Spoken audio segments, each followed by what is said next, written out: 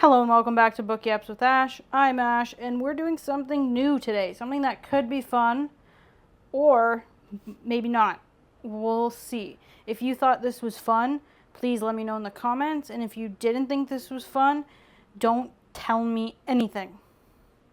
Book Yaps with Ash. Okay, so what we're doing today is I was at a little book fair a while ago and I bought these cutesy little TBR from your shelf cards. So like essentially you would pick, you want a new book, you pick this, it says a book with the king or queen, and then you try to find a book on your shelf that like matches that vibe and read it. But I thought, why don't we do a little book scavenger hunt where like I pick a card and find a book on my shelf that matches it and then yap about it. So that's what we're gonna do today. I was gonna give myself criteria like I have to have read it, or you know, I have to have not talked about it in a video before, either on here or Instagram, or I had to find it in 30 seconds. But then I thought, why would I make rules? So I didn't. And I just went with the vibes. 100% vibes only. So that's what we've got. And just to prove to you that I ain't no cheater and that I did at least go with what I thought in the moment, I recorded the whole shebang of finding 5 books, and I'll edit that in, I guess. I've never done this before. All right, so let's start with the first card. A book chosen by a friend or family member. Okay, so this one's interesting because I guess if it was a TBR, I just have a friend pick a book for me. So I have to actually pick a book that someone has recommended me in the past and I've read. So let's do that. All right. Oh, actually, okay. I've got a couple. I'm gonna get them.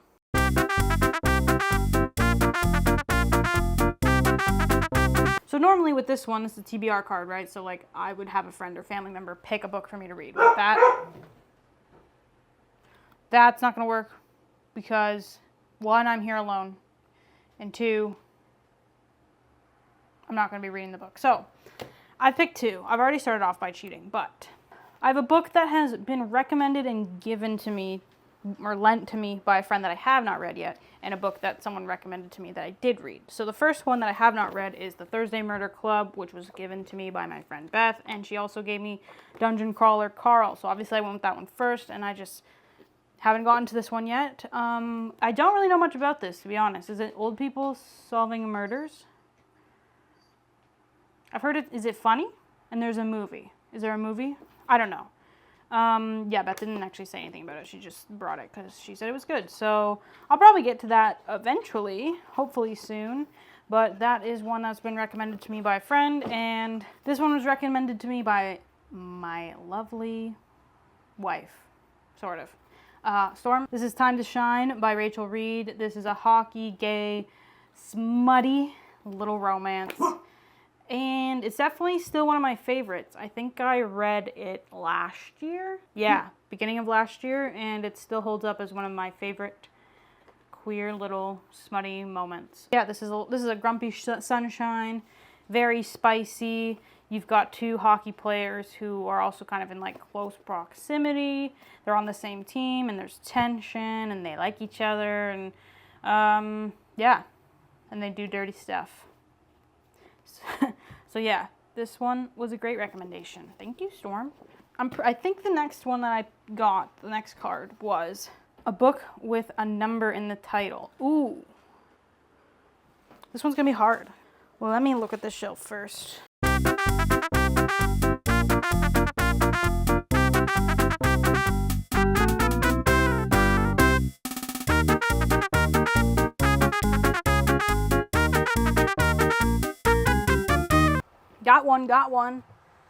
Got one. I was gonna go with 9 Perfect Strangers, but 1, I haven't read it, so I don't have much to say about it. And 2, it's really high up on the shelf, so I can't reach it.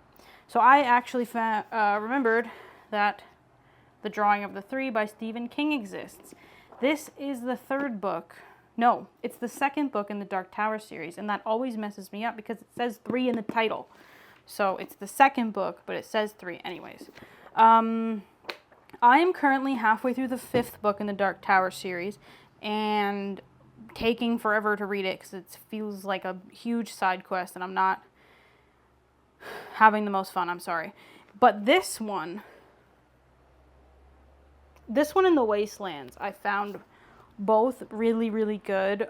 So in this one, basically there's like our world and then Roland's world, and he's got to kind of draw 3 people from our world into his world, like through these doors.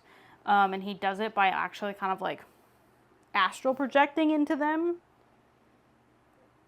Yeah, it was very cool, very sci-fi-esque. And yeah, this is like where you get introduced to like the core characters in the series, the quartet, and it's fantastic. So if you've read The Gunslinger and you were like, what the hell was that? Definitely jump into this one because it gets better. And then the 5th one happens. And I don't know what to tell you about that one because I'm not done. But this one's great. This one is very good.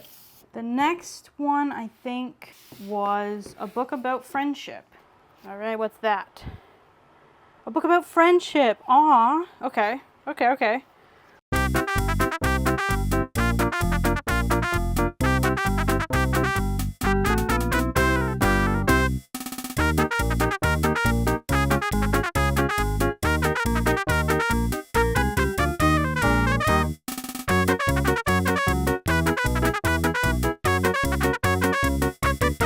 And this one was tough because my head went to A Little Life.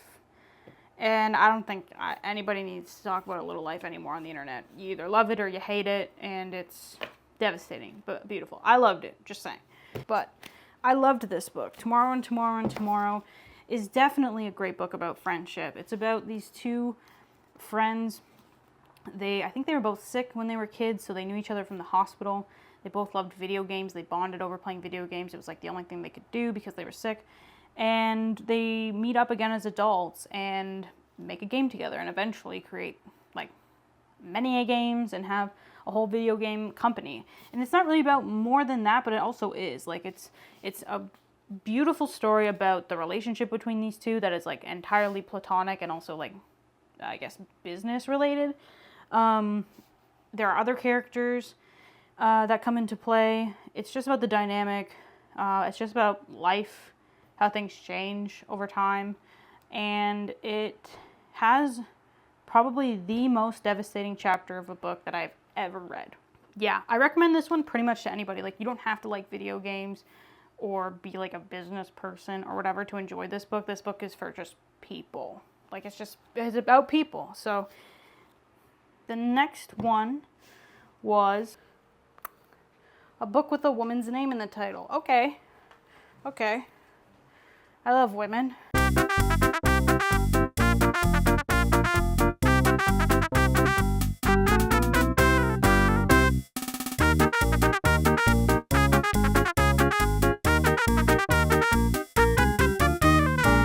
And again, I thought this would be easier to find, but I guess not.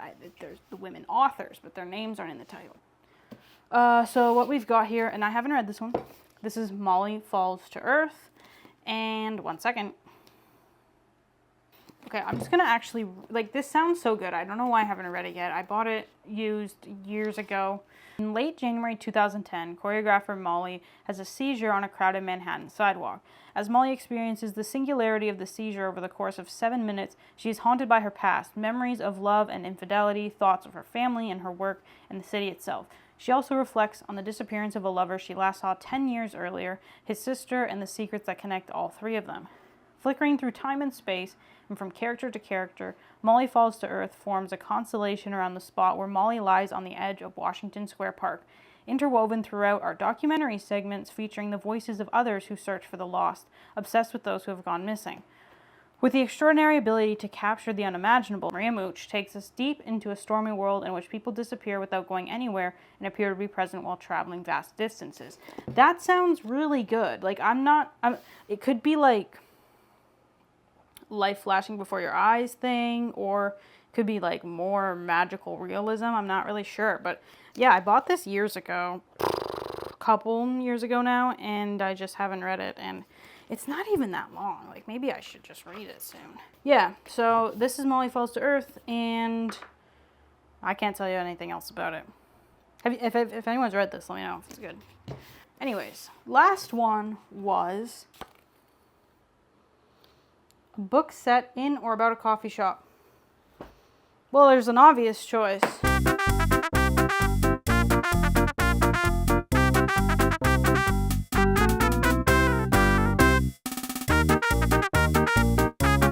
This one's a pretty obvious choice, and I did think, are there others? But there really isn't. But I chose the fourth book in the Before the Coffee Gets Cold series, Before We Say Goodbye. One, because it's the most recent one I've read. I do have the fifth. Is this the fourth or the fifth?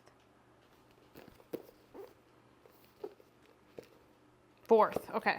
I have the fifth one. I haven't read it yet. Maybe there's a sixth one coming out. I don't know, but I love this series. It's cozy. You get the same thing every time. You've got someone that comes into the shop who wants to see a loved one, or in the future or the past, and they do the whole thing. They sit in a chair, drink the coffee, blah, blah, blah. The reason I picked this one is this one had a storyline involving a dog that was really, really, really good.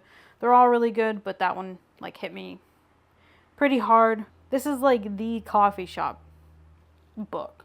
I might be wrong, but to me this is like the coffee shop book series. So obviously I had to go with that. Okay, that's it. Those are the 5, technically 6 books from my TBR scavenger hunt.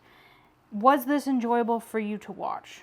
Yes or no? Let me know. If it was, then maybe I'll do more, because I have like tons more cards that I could pick at random, and it could be fun to do this as like a series, I guess. But only if like you want me to. If you don't want me to, that's sorry. Someone keeps trying to clean my windows, and I don't want them to. That's it. Okay, that's it. That's this video. This has been... Who's on the chair? Holy shit. I didn't even know he was up here. He just jumped up on the chair. Okay, this has been Book Yaps with Ash and Haven, apparently, who showed up right at the end. Bye.